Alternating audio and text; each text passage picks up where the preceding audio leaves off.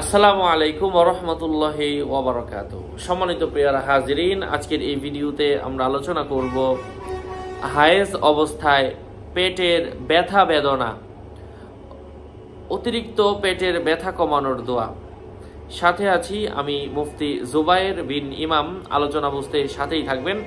যারা এখনো চ্যানেলটি সাবস্ক্রাইব করেননি অবশ্যই সাবস্ক্রাইব করতে ভুলবেন না। হায়েজ অবস্থায় পেটের ব্যথা কমানোর জন্য আল্লাহর কোরআনের আয়াতের দিক নির্দেশনা দিব, যেগুলা পাঠ করলে, কিছু আল্লাহর নাম পাঠ করলে আপনাদের পেটের ব্যথা কমে যাবে। খুবই সহজ সহজ ছোট ছোট আল্লাহর বিভিন্ন নাম। আপনি আমার এই ভিডিওটা থামিয়ে থামিয়ে দেখেন অথবা আমার সাথে মুখ মিলিয়ে মিলিয়ে পড়েন, এবং এটা 7 বার পাঠ করার পরে 7 বার পেটে আপনি ফু দিয়ে দেন। এভাবে ইনশাআল্লাহ হায়েজ অবস্থায় পেটের ব্যথা, মাসিকের পেটের ব্যথা কমে যাবে ইনশাআল্লাহ। তো সেই দোয়াটা আমি শেয়ার করছি। আচ্ছা, এটার জন্য দোয়া যেহেতু আউযুবিল্লাহ বিসমিল্লাহর প্রয়োজন হয় না, আপনি 7 বার পরে পেটে ফু দেন, অথবা যদি এটাতেও কাজে না আসে এমন তো অবস্থায় আপনি হাতের মধ্যে সামান্য পরিমাণের মধু নেন। মধুর মধ্যে এই আল্লাহর যে নামগুলা বলবো সেগুলা 7 বার পরে 7 বার ফু দিয়ে আপনি ওই মধুটা চেটে চেটে খান। ইনশাআল্লাহ দেখবেন পেটের ব্যথা কমে গিয়েছে, মুহূর্তের মধ্যে কমে যাবে। এটা হচ্ছে ইয়া আল্লাহু ইয়া রহমানু ইয়া রহিমু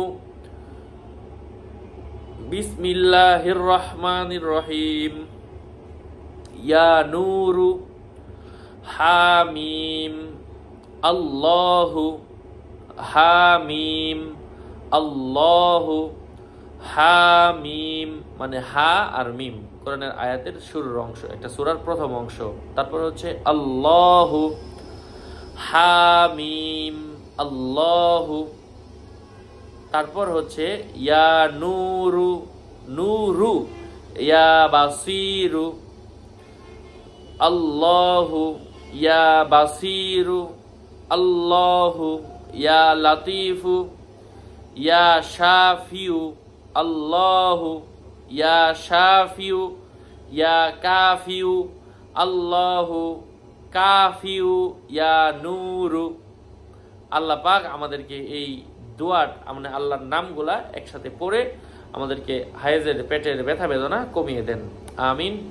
আমার ভেরিফাইড চ্যানেলের ডিসক্রিপশন বক্সে ক্লিক করলে পেজ এবং আইডি আসবে। এর বাইরে অন্য কোনো পেজ নাই, আইডি নাই, ইমো নাই, হোয়াটসঅ্যাপ নাই, টিকটক নাই। সাবধান। আসসালামু আলাইকুম ওয়া রাহমাতুল্লাহি ওয়া বারাকাতুহু।